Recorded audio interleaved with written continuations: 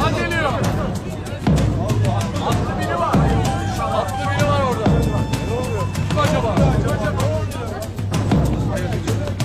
Gel bakalım. Bir şey yok. Ben göremedim. Gel bakalım. Kim acaba?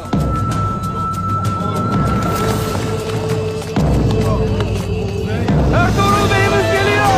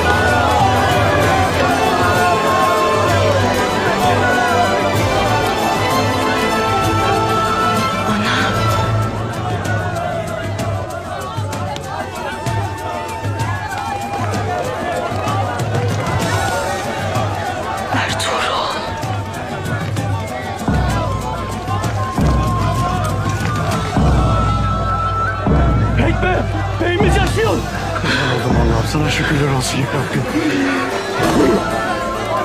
Çok şükür ya Rabbim.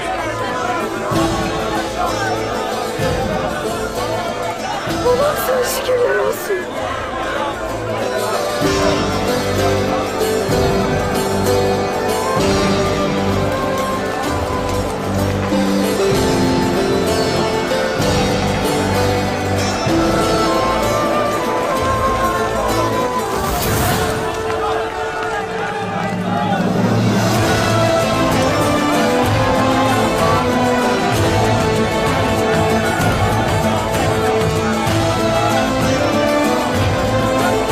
Beyimiz yaşıyor.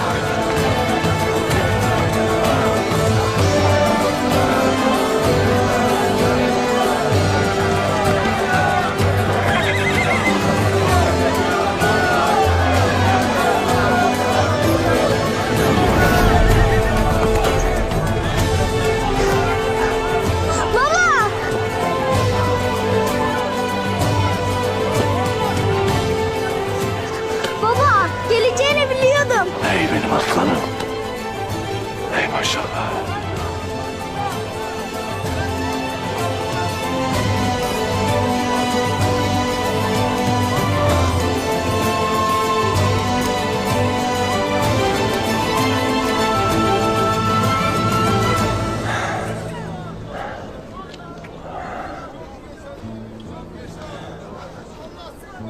Yiğidim.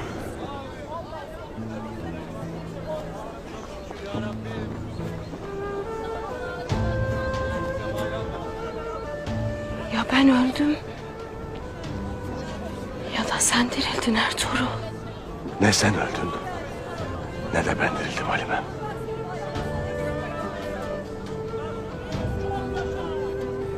Düşmanın tuzaklarını bozup babama döndüm.